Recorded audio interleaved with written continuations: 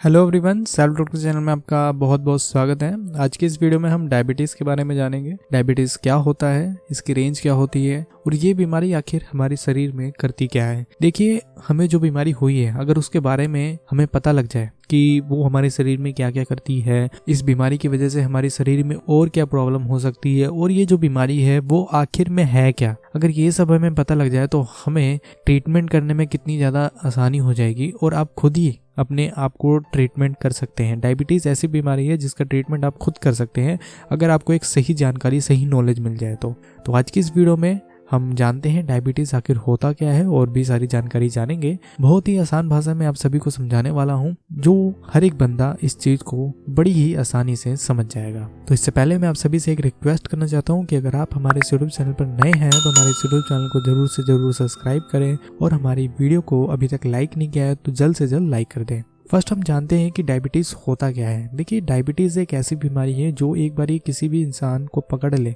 तो वो जिंदगी भर तक साथ नहीं छोड़ती।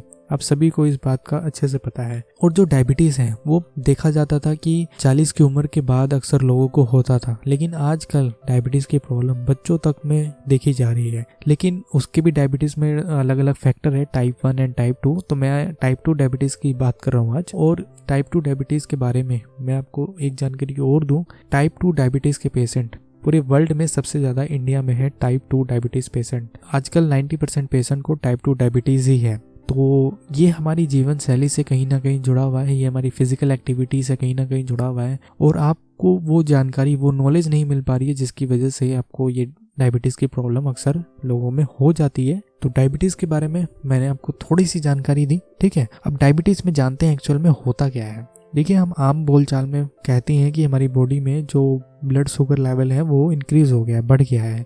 अक्सर लोग कहते हैं ना कि मीठा नहीं खाना, ये नहीं करना, है ना। तो एक्चुअल में वो चीज़ नहीं है।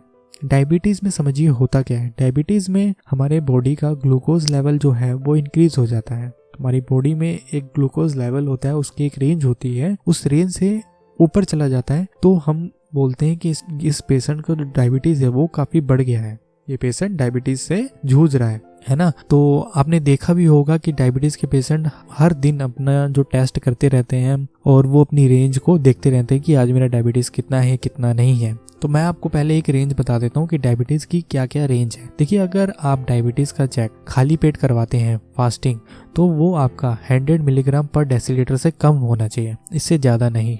अगर मैं सेकंड टेस्ट की बात करूं, पोस्ट प्रेंडियल जिसको हम पीपी बोलते हैं, वो 140 मिलीग्राम पर डेसीलीटर से कम होना चाहिए।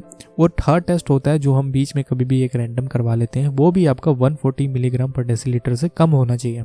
तो ये एक रेंज है, इस रेंज में ही आपका जो ब्लड ग्लूकोज लेवल है वो होना चाहिए, ठीक है। अब आपको रेंज के बारे में पता लग गया। अब बात आती है, आपके मन में सवाल भी आ रहा होगा, अभी मैंने कहा कि हमारी बॉडी में ग्लूकोज लेवल जो है वो इंक्रीज हो जाता है। अब आप सोच रहे होंगे ग्लूकोज हमारी बॉडी में आया कहाँ से। अब आप उस चीज़ को समझिए। देखिए, हम पूरे दिन भर में जो भी खाना खाते हैं उसमें से सबसे ज़्यादा हम लोग जो खाना खाते हैं वो कार्बोहाइड्रेट होता है। मतलब कि जितने भी अनाज है वो सारे कार्बोहाइड्रेट है ना। कार्बोहाइड्रेट जो है अगर वो टूटता है तो वो ग्लूकोज में कन्वर्ट होता है ना।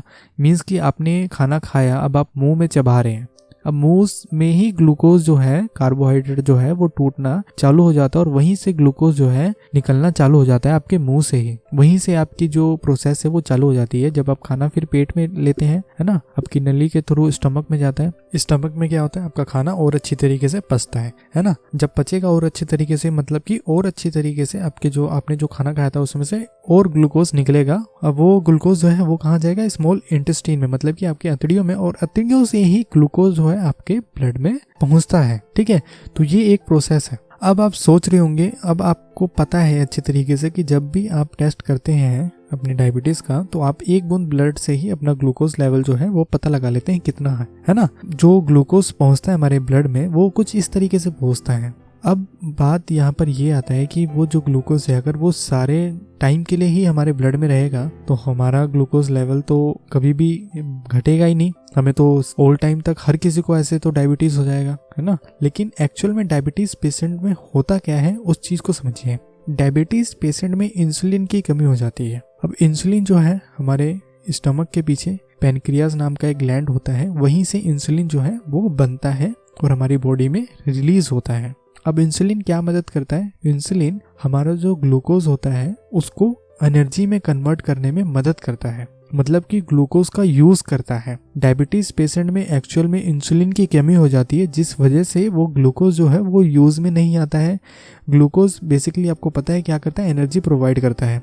तो डायबिटीज पेशेंट में वीकनेस हो जाती है, चक्कर आ जाता है। जब उनका ग्लूकोज लेवल इंक्रीज हो जाता है तो डायबिटीज पेशेंट को चक्कर आ जाता है, वो कहीं भी किसी भी टाइम गिर जाते हैं। वो इसी केस में होता है कि उनका जो बॉडी का इंसुलिन है वो बहुत ही कम हो जाता है, और इंसुलिन जो है ग्लूकोज को हमारे सेल्स में, कोशिकाएं में नहीं पहुंचा पाता है।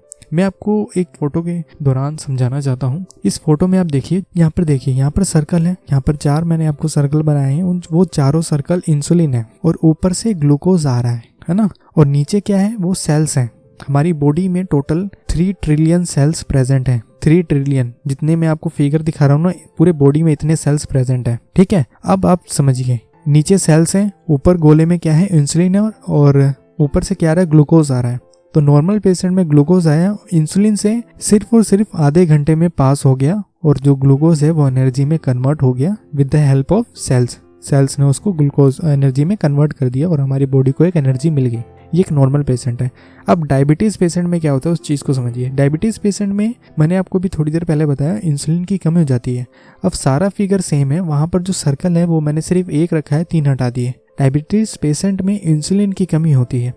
अब जो ग्लूकोज है जो ऊपर से आ रहा है, अब इंसुलिन मदद कर रहा था ग्लूकोज को सेल्स में पहुंचाने में, अब इंसुलिन ही नहीं रहेगा, एक ही इंसुलिन रहेगा, तो ग्लूकोज को नीचे आने में टाइम लगेगा। जहां एक नॉर्मल पेशेंट में आधे घंटे लग रहे थे, यहाँ इनको 2 घंटे लगेंगे, 3 घंटे लगेंगे, और तब तक हमारी बॉडी में ब्लड ग्लूकोज लेवल इंक्रीज रहेगा। डायबिटीज की प्रॉब्लम होने से हमारे शरीर में आखिर होता क्या है, ये चीज आपको अब अच्छी तरीके से समझ में आ गई होगी। अब नेक्स्ट वीडियो में मैं आपको बताऊंगा कि डायबिटीज के क्या क्या सिम्टम्स है, क्या क्या लक्षण है, और ट्रीटमेंट के बारे में बताऊंगा। तो इस चैनल को आपको सब्सक्राइब करना है ताकि जो मैं अगली वीडियो अपलोड करूंगा आप तक वो वीडियो पहुंच जाए, और इस वीडियो को देख करके आप डायबिटीज को बिल्कुल ही आसानी तरीके से ठीक कर सकते हैं, सिंपल तरीके से। क्योंकि डायबिटीज पेशेंट जो है इतनी ज़्यादा मेडिसिन लेते हैं, जिस वजह से कितनी ज़्यादा बॉडी में दिक्कतें होती हैं, और एक टाइम ऐसा आ जाता है जब उनको इंजेक्शन से इंसुलिन लेना पड़ जाता है। तो उस टाइम को हमें नहीं आने देना, हमें डायबिटीज को अभी ठीक करना पड़ेगा बिल्कुल ही आसान तरीके से। और डायबिटीज पेशेंट में मैं एक चीज़ और बता दूं, उनमें देखा गया है कि उनकी आँख, किडनी, लिवर ये बहुत जल्दी खराब होते हैं। तो इस चीज़ को भी हम ठीक करेंगे। कैसे ठीक कर सकते हैं वो सारा कुछ मैं आपको अगली वीडियो में बताने वाला हूँ। तो अगली वीडियो के लिए मेरे चैनल को ज़रूर से ज़रूर सब्सक्राइब कर लें, ठीक है। तो फिलहाल बस आज की इस वीडियो में इतना ही। अगर आपको ये वीडियो पसंद आई हो तो इस वीडियो को जरूर से जरूर लाइक करें, हमारे चैनल को जरूर सब्सक्राइब करें, और इस वीडियो को ज़्यादा से ज़्यादा शेयर करें। Thank you so much.